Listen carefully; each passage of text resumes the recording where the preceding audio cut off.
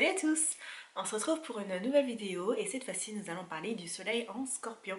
Donc si tu es scorpion ou si tu connais quelqu'un sous ce signe astrologique, n'hésite pas à regarder la suite de la vidéo. Alors tout d'abord, comme pour les autres signes, je vais d'abord expliquer ce que signifie le soleil en astrologie. Le soleil en astrologie symbolise notre besoin conscient de développer une identité qui est solide et qui permet à nos autres besoins de la psyché de fonctionner de manière harmonieuse. Tout simplement parce qu'elles ont un but à atteindre et une raison d'être. Ça représente aussi notre besoin de jouer notre propre rôle et non celui désiré par les autres. Et pour finir, c'est tout simplement notre besoin d'exister, d'être en joie, de se sentir vivant, de se sentir pétillant et de briller. Alors comment reconnaître si ton soleil est en déséquilibre? Eh bien tout simplement, tu peux avoir l'impression de jouer un rôle, de porter un masque continuellement. Ça peut se manifester aussi par de la fatigue excessive. Donc tous les jours on se sent fatigué, tous les jours on traîne la patte. On peut être super arrogant ou au contraire sur la défensive parce que chaque geste, chaque parole qu'on nous lance, on les prend comme des pics, comme des attaques personnelles. Et pour finir, quand on ne vit pas sans soleil, eh bien on est l'ombre de soi-même. Alors pour pouvoir vibrer l'énergie de votre soleil, il faut déjà comprendre ce que signifie l'énergie du scorpion. Le scorpion, c'est un signe d'eau. Donc en deux mots, les signes d'eau, c'est ressentir et naviguer. Le scorpion est un signe en milieu de saison. Donc on dit en astrologie que c'est un signe fixe. Donc il va ressentir et naviguer en s'arrêtant et en développant vers le monde intérieur. Pourquoi vers l'intérieur? Parce que le scorpion est un signe d'eau. Et donc les signes d'eau, on dit que ce sont des signes introvertis parce que ce sont des énergies qui fonctionnent le mieux quand elles sont tournées vers l'intérieur, vers le monde du ressenti, vers l'aspect intérieur des choses, quand ils vont en profondeur, quand ils s'intéressent à la réalité intangible et métaphysique, etc. Du coup, déjà quand vous rassemblez tout ceci, vous voyez que le scorpion est un signe qui se replie vachement vers l'intérieur, mais pour aller approfondir et pour aller développer les choses. Alors qu'est-ce que ça donne quand l'énergie est mal utilisée ou trop utilisée ou pas du tout utilisée? Eh bien, l'énergie en basse vibration, ça donne de la méfiance.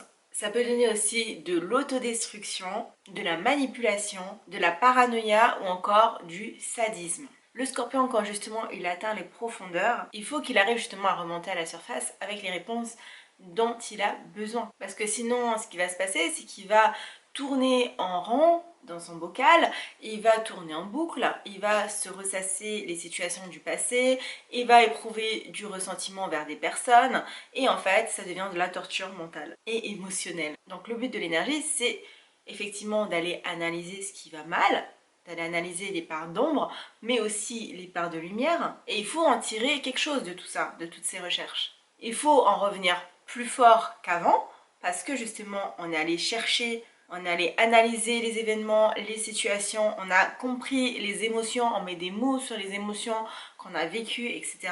Et on en ressort beaucoup plus fort. Du coup, en haute vibration, ça donne justement de la puissance, ça donne aussi de la résilience, on est résistant, on est beaucoup plus fort finalement que les fois précédentes parce qu'on a appris de nos erreurs. En haute vibration, l'énergie aussi donne un côté très entier, on se donne corps et âme dans l'aboutissement de nos projets, on fait les choses ou on ne les fait pas, mais en tout cas on ne fait pas dans la demi-mesure.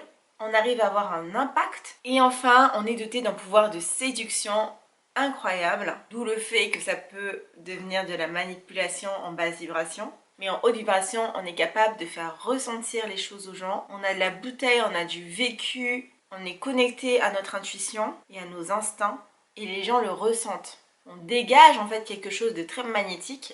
C'est presque indécent d'ailleurs. Mais voilà, il faut s'imaginer qu'il y a vraiment un truc invisible qui sort de vous et qui arrive à choper les gens comme ça vers vous en fait. C'est vraiment ça, c'est le magnétisme pur. Du coup, en termes d'archétype, le scorpion, on peut le représenter comme le mystique, l'alchimiste, le ténébreux, le chaman, et enfin, il peut être représenté comme étant le psychologue ou le détective, pour ses qualités justement à aller fouiller et à aller faire du tri, aller dans les coins parfois les plus sombres, pour aller en sortir une information, une vérité, etc.